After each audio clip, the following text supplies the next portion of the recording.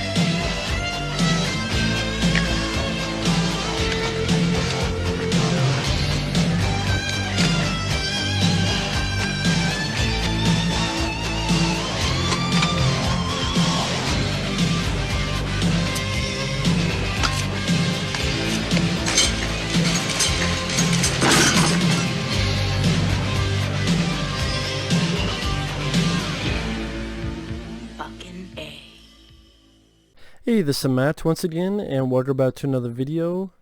And this is another request for Deshonde, and it's for a comic book called Harleen, which I had never heard of. Of course, I've been away from the comic books for a long time. Now, right off the bat, if anyone's interested in requesting pretty much any type of videos, any type of reviews, any type of reactions, any type of requests, feel free. You just send the request either directly to my PayPal or join my Patreon. Both links are down below in the info box. But Harleen is a story, 3 issues worth, of how Harley Quinn became this seemingly sensible doctor to pretty much the Joker's pet. Best way to put it. And it's weird reading through this. Number one, I thought the artwork looked rather nice. I thought there's really interesting, it's weird saying shots because that's more of a movie, but some of the way the panels were made to look, and the story idea I thought was rather interesting. And it's weird how this comic to me is a much better interpretation. And I'm not an expert on Harley Quinn, I'm not, but I'm just saying, I saw Birds of Prey, the movie. I read this. While Birds of Prey is more of a, it's not an origin story of Harley Quinn, of course. It's more of just fun. Yeah, really, Birds of Prey to me was trying to rip off the Deadpool films. And I know it's an off tangent, but be like, what do you mean, Matt? That makes no sense. When I looked at Birds of Prey or Harley Quinn, blah blah blah blah, whatever the fuck the long ass stupid title was, I see a movie where they want Harley Quinn to have the same type of breaking the fourth wall, talking to the camera, talking to the audience, watching the movie as if Deadpool was doing it. That you have a plot where at one point it kind of switches up the timeline where it's the current, then this and this, kind of like the first Deadpool did. Remember in the first Deadpool where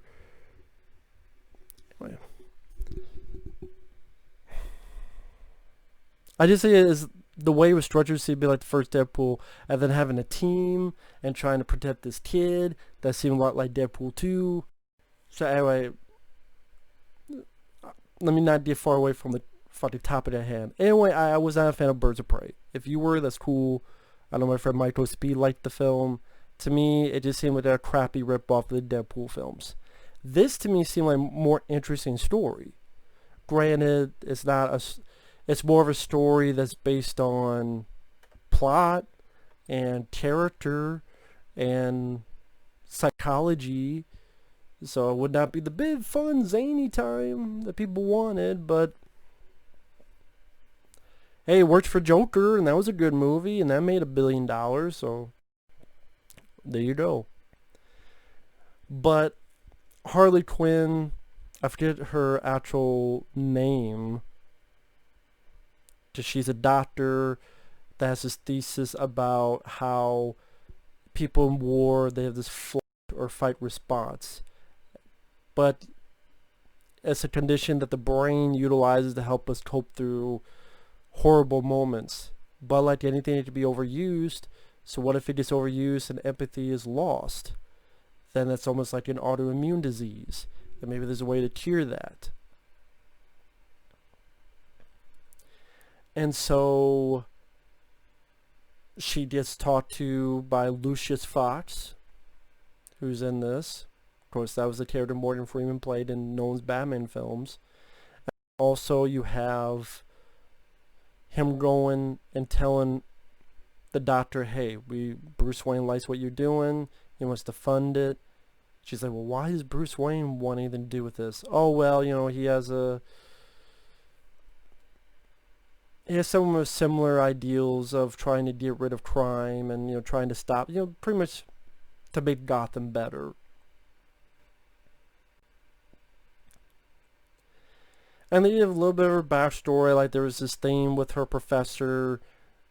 She slept with him, but not to get good grades. She had good grades, she's just slept with him for other reasons. And one guy had this line that stuck with me where, well, they call her Harley because every old dude with a midlife crisis will ride her stinky ass. That's why they call her Harley. I went, ooh, that's a burn. That's a fucking burn. Burn down the whole force. Even Smokey the Bear is like, fuck this shit. I quit. I'm going to Alaska to live with the Coca-Cola bears.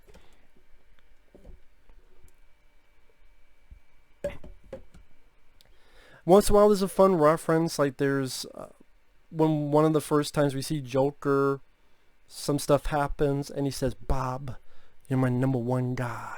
Now I'm like, that was a fun reference to Batman '89.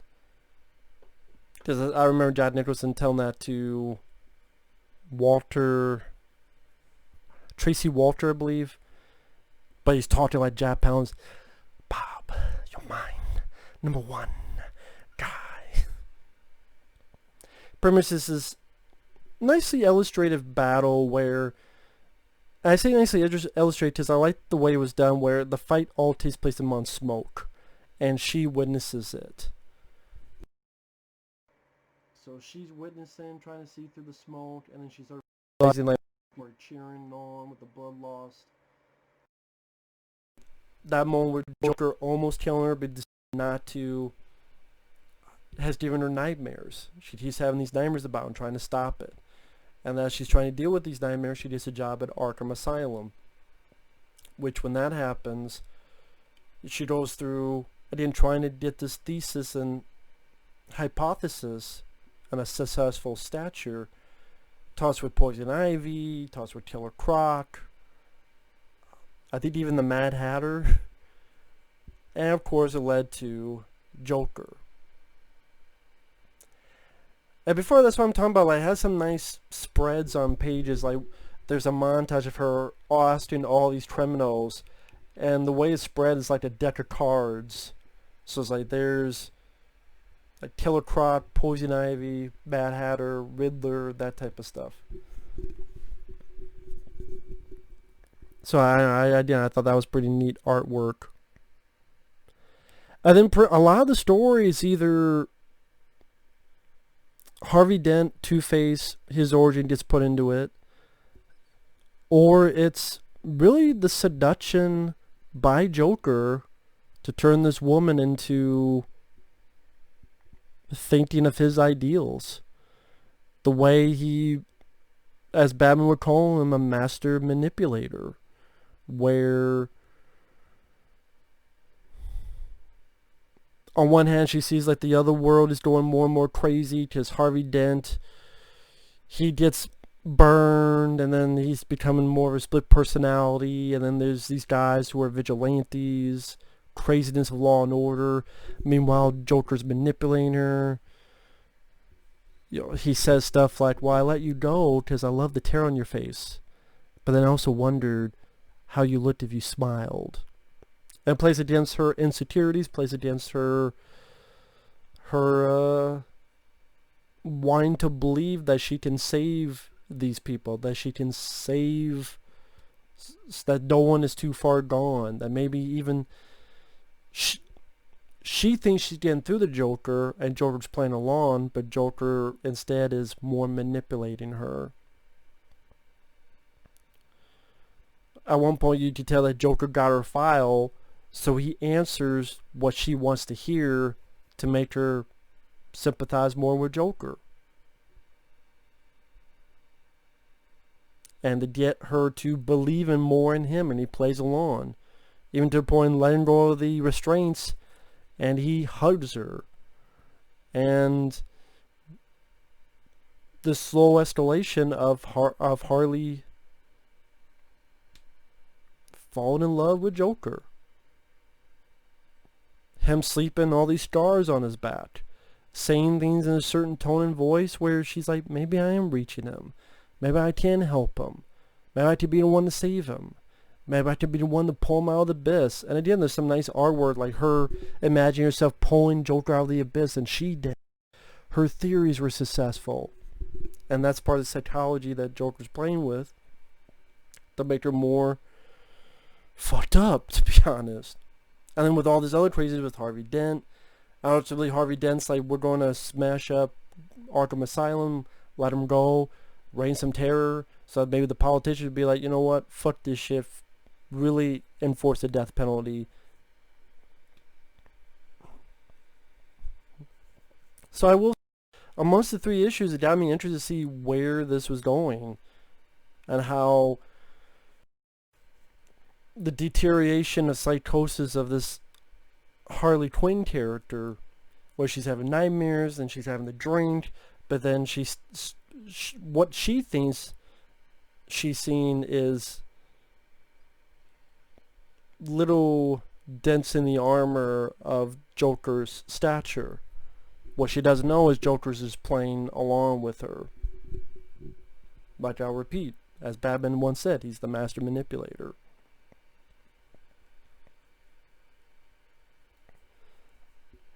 And spoiler alert, for those who want to read it, by the finale, when Arkham Asylum's going all up shit creek, a guard has the gun on Joker, and she's like, I can save him, stop, I can save him, he's not a monster, and shoots the innocent guard in the head. Oh, I thought they did a decent enough job, like throughout all the story, she has these doubts, what am I doing, how could I do this, I can't believe I did that, but it's like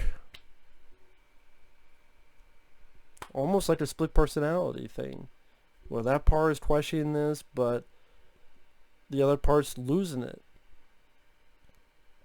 And she starts laughing. And Joker's like, well, what are you laughing about?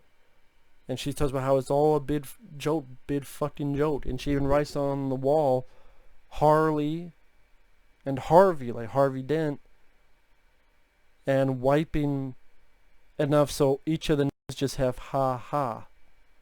Harley, Harvey, ha ha. It's all a joke. I thought that was rather clever. The Harley, Harvey, the ha ha. I thought that was pretty clever writing there. And that really cinches her now succumbing to the depths of being with the Joker. I don't know, I just thought it was an interesting story that had some really nice artwork, and I thought Harvey Dent, he was actually blended well into there, didn't seem out of place. He had scenes of Harvey Dent and Harley Quinn, their different viewpoints on the criminals and the psychosis of the criminals.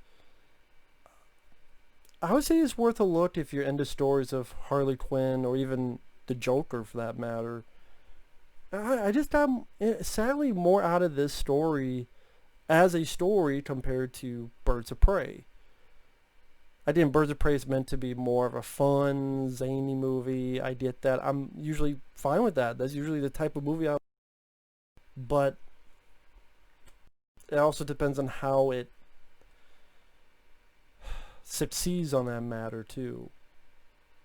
I thought the job this time was trying to do was more successful than what that film was trying to do with Harley Quinn. And maybe if you went, I mean, but if it did go this route, they would say it's just a ripoff of Joker. Let's be that would happen too. So, guess you're damned if you do, damned if you don't. But yeah, I quite enjoyed the story. I thought it was pretty decent. So thank you to Deshonde for that. I like the scenes where she has these weird dream sequences. Like she sees this beast, and we the viewer realize the beast is Batman. And like she's protecting her patient Joker, and because she thinks she can maybe save this person.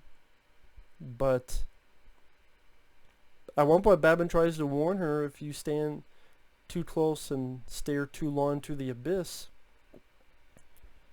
But she doesn't listen, and she paid the price. So there you go. So with that said, I thought it was an interesting story. 3 issues, so it didn't overstay its welcome to 10 or 12 issues. 3 issues worked out just fine. I think each issue is about 6, give or take. Could be wrong on that. Yeah, not bad at all. So with that said, thanks for watching. Take care, and we will see you guys later. Bye-bye.